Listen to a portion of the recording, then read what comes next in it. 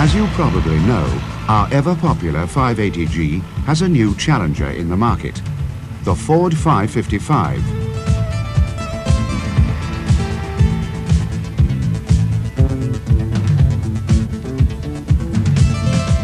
Ford claim to have spent over £21.6 million trying to improve their old 550 and reverse their falling share in the European market. Right now, they have just 9% of this market, and it's still going down. Our 580G has a healthy 23.7%. In a few moments, we'll be looking at most of Ford's expensive improvements in detail. But first, let's have a glance at the major areas of change on the Ford 555. The front bucket is bigger. The front axle has been redesigned. The engine is squeezed to produce more power. The hydraulic system has been modified. The torque converter transmission is offered as standard. The backhoe has a new design. The cab has been altered. An impressive list. Or is it? Certainly Ford have put in a lot of effort as well as money towards improving the 555. Even so, they seem to have forgotten one of the most important areas. The engine and transmission still form the main structural member. This, as you know, originates from an agricultural tractor.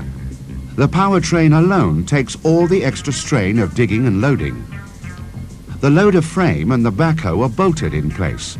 And you know what happens to bolted connections after heavy use on the job site. They loosen and they wear. The Case 580G, on the other hand, has its own separate welded mainframe. Because the engine and transmission are not structural members, powertrain component life is longer. And the 580G stays rigid even after many years' hard use. An added advantage is that our mainframe allows the power pack to be modular. So you can remove the torque converter, the engine, the shuttle, or the transaxle for service. You don't need a major strip down. Result, lower service costs and reduced downtime. Take an engine change, for example, just 6 hours compared with the Ford at 24 hours. And the mainframe is not the only area where Ford have failed to correct a major design fault. Look at the 555's front bucket.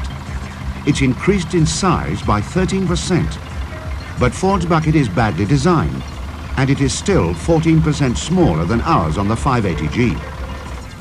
As you can see, the 580G's bucket is built for easy fill and has a built-in spill guard and a wraparound cutting edge. Both features mean greater productivity and better staying power. The 555 has a better breakout force than the 580G because it uses a smaller, short-lipped bucket. But the better designed bucket on the 580G fills much more easily.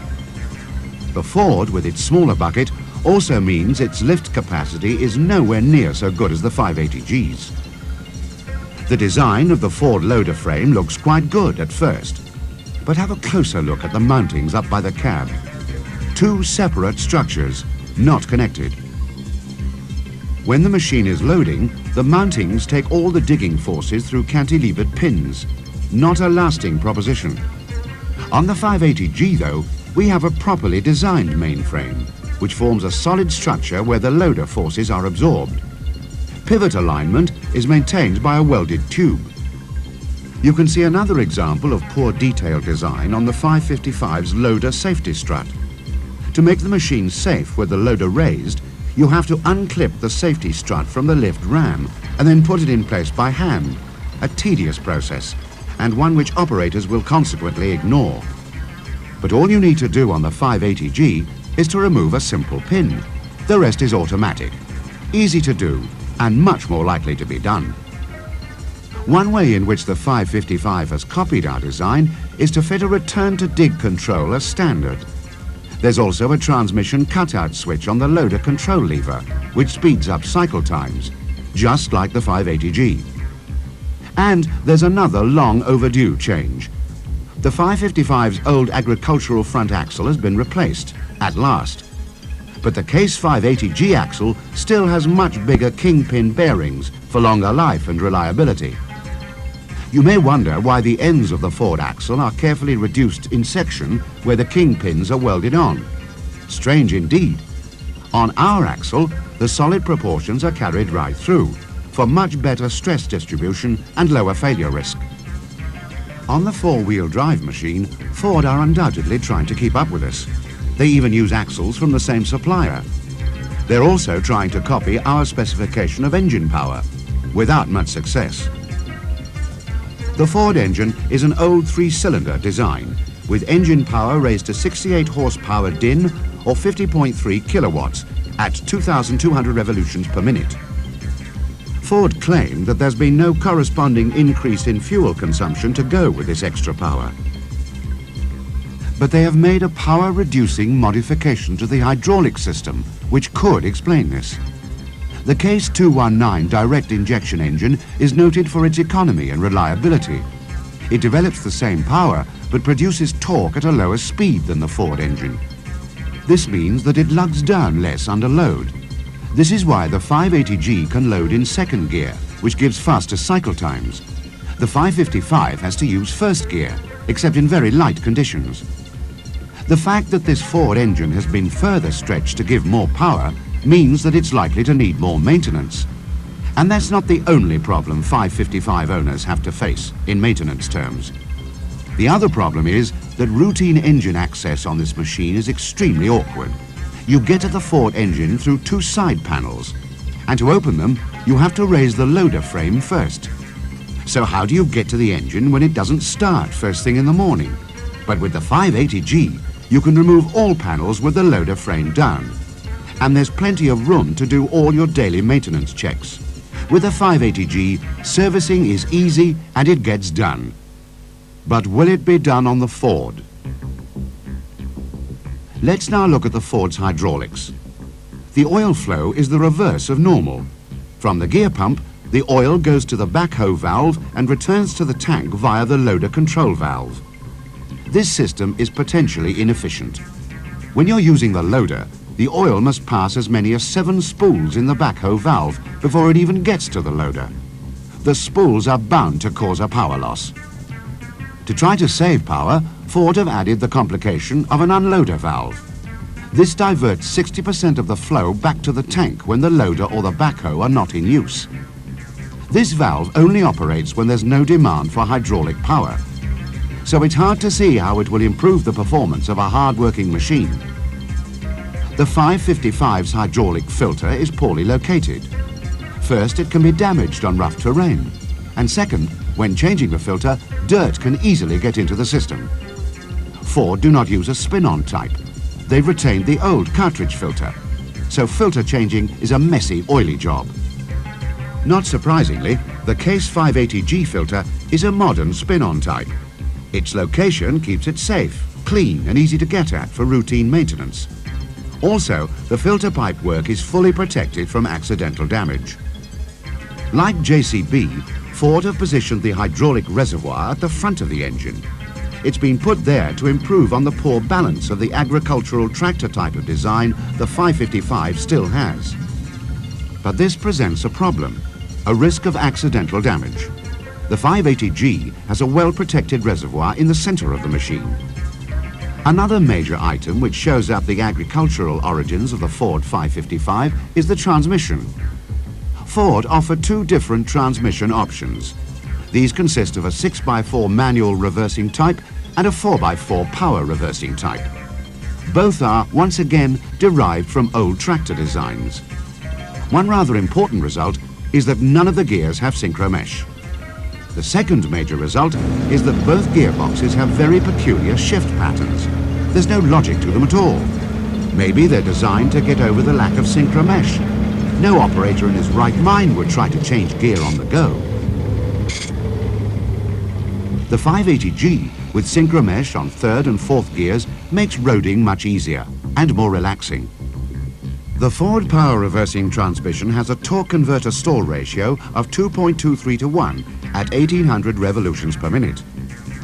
The 580G torque converter has a higher stall speed of 2100 RPM and a ratio of 2.5 to 1.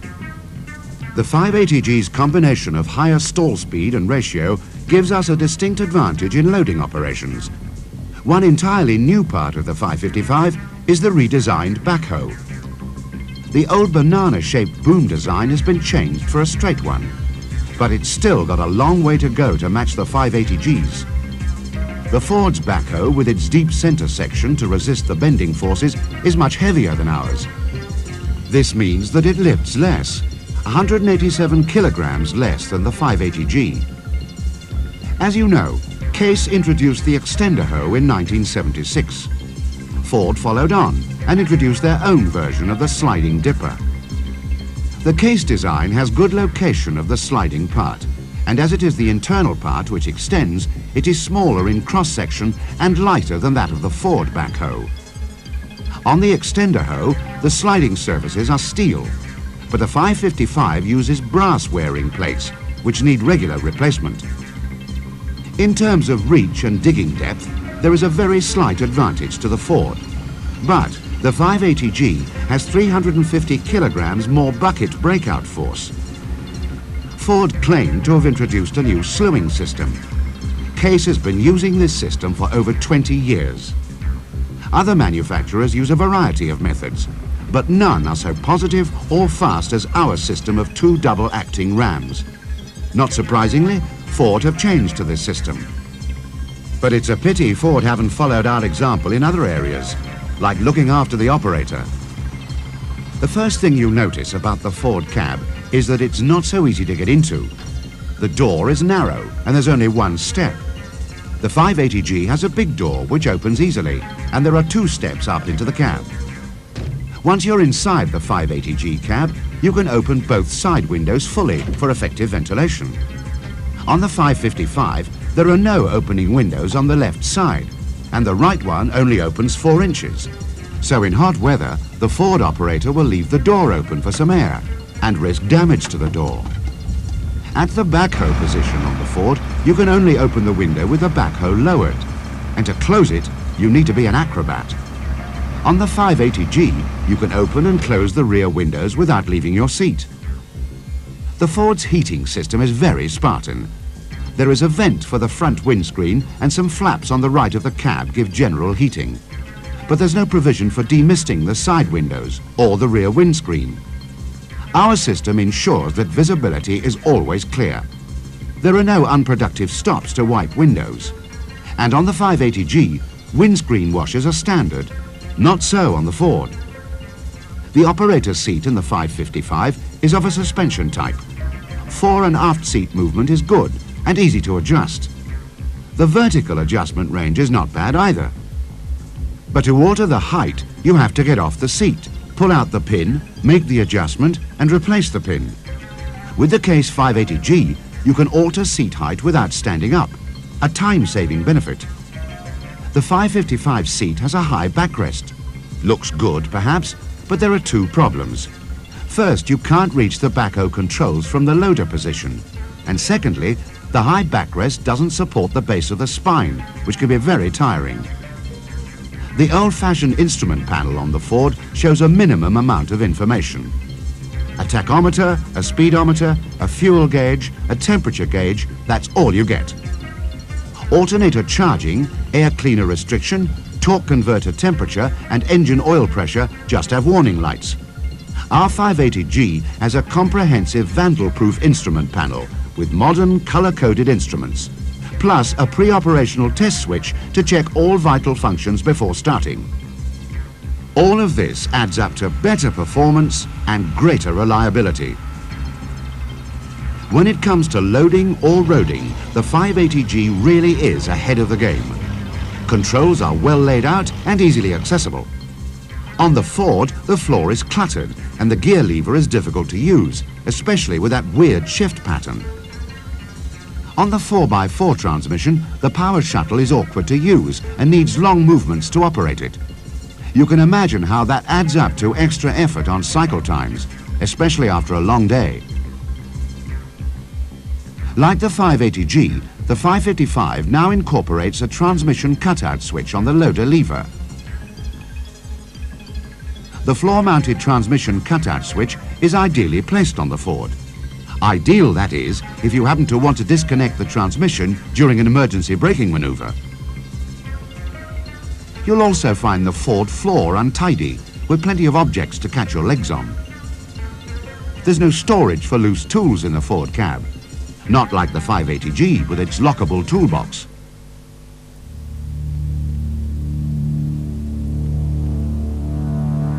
So, even though the Ford salesman will be hard at it, it's obvious that the 555 is no match for the 580G. This program has given you all the counter-arguments you're going to need. Let's recap on the main points. The 555 is still an agricultural tractor, not a purpose-built piece of construction equipment. The loader bucket is 14% smaller than that of the 580G and fills badly. The loader frame mounting points are a real weakness. Just look at an old Ford. The new improved front axle on the two-wheel drive is still not as strong as ours. The old three-cylinder design of the engine, squeezed to produce more power. Service access is poor. The hydraulic system has the added complication of an unloader valve. The transmission, adapted from the old tractor gearbox with a totally illogical shift pattern. The redesigned backhoe, still overweight and therefore low on lift capacity and breakout. The cab, poor access, cramped and very basic. All this adds up to a machine that cannot be regarded as a serious challenger to the Case 580G's title of the world's #1 best-selling backhoe loader. The 580G has a lot more to offer your customers over all the competition. It has been developed over a long period of time. It is a purpose-built, highly effective and efficient piece of construction equipment. You've always known our product is the best, and now you've seen the proof. With this informed knowledge and your efforts, we can all look forward to increasing our ever-healthy market share, even more than before.